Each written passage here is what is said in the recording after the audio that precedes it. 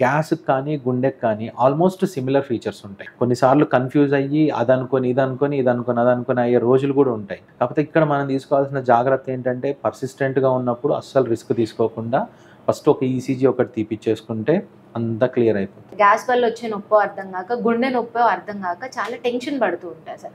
ఎలా తెలుసుకోవాలి సార్? అంటే ఇది గుండె నొప్పి కాదు, గ్యాస్ వల్ల వచ్చే నొప్పి అని ఎలా తెలుసుకోవడానికి ఛాన్సెస్ ఉంటాయి? అయితే ఇప్పుడు నేను ఇందాక మీకు చెప్పాను, అంటే లైక్ ఫుడ్ ఎప్పుడైతే పైకి వస్తుందో మనకు పలు సిమ్టమ్స్ వస్తాయి అనేసి.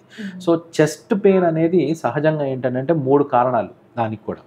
First definitely heart is very important. ఎందుకంటే ఈ 3 కారణాల్లో మనిషి ప్రాణాన్ని తీయగలిగేది అదొకటే.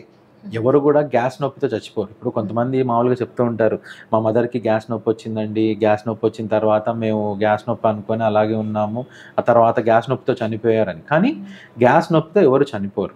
సో గుండె నొప్పి లేదా గ్యాస్ నొప్పి, మూడోది ఏంటంటే యాంగ్జైటీ వల్ల కూడా వస్తుంది. అంటే మనం ఎప్పుడైనా భయపడ్డాం అనుకోండి, దానికి కూడా మనకు ఛాతిలో నొప్పి వస్తుంది. లేదంటే ఇక్కడ కాస్టోకాండ్రైటిస్ అంటారు, అంటే ఛాతిలో మనకి ఇక్కడ ఉన్నటువంటి బోన్స్ వల్ల కూడా నొప్పి వస్తుంది.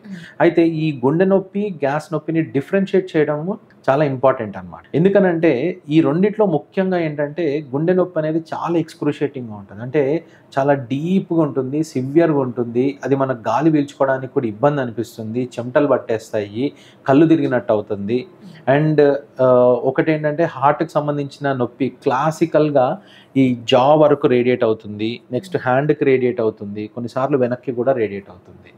అయితే ఒకటి ఏంటంటే మనకు ఈ 2 అంటే లైక్ గ్యాస్‌కి కానీ, గుండెకి కానీ ఆల్మోస్ట్ సిమిలర్ ఫీచర్స్ ఉంటాయి. కొన్నిసార్లు కన్‌ఫ్యూజ్ అయ్యి అదనుకోని, అదనుకోని అయ్యే రోజులు కూడా ఉంటాయి.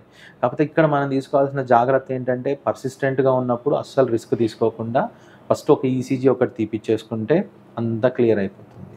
ఎందుకనంటే ఈ రెండిటికి కూడా భయం అనేది తోడ్పడుతుంది. సో ఆ తోడు వల్ల ఇంకా ఎక్కువ నొప్పి అనేది అనిపిస్తుంది. అండ్ ముఖ్యంగా రిస్క్ ఫ్యాక్టర్స్ ఉన్న వాళ్ళు అసలుకి రిస్క్ తీసుకోకూడదు. అంటే రిస్క్ ఫ్యాక్టర్స్ అంటే ఏంటి? ఒబిసిటీ, బిఎంఐ ఒకవేళ 30+ ఉంటే అసలుకి రిస్క్ తీసుకోకూడదు. Diabetics, hyper tension, smoking, plus అంటే లైక్ డ్రగ్ అబ్యూజ్ ఉన్న వాళ్ళు, అంటే ఈ మధ్య చెప్పాలి అనంటే ఇంకా చాలా కూడా యంగ్ స్ట్రోక్స్ కూడా చాలా వస్తున్నాయి కాబట్టి నెగ్లెక్ట్ చేయకూడదు. అంటే మరీ సివియర్ పెయిన్ అనిపించినప్పుడు ఒక ECG is the simple solution. అదొక్కటి తీసుకొని అంత నార్మల్ ఉంది అని అంటే we can be clear. Hi everyone, నేను మీ వేదిక. ప్లీజ్ సబ్స్క్రైబ్ టు గోల్గో హెల్త్. Don't forget.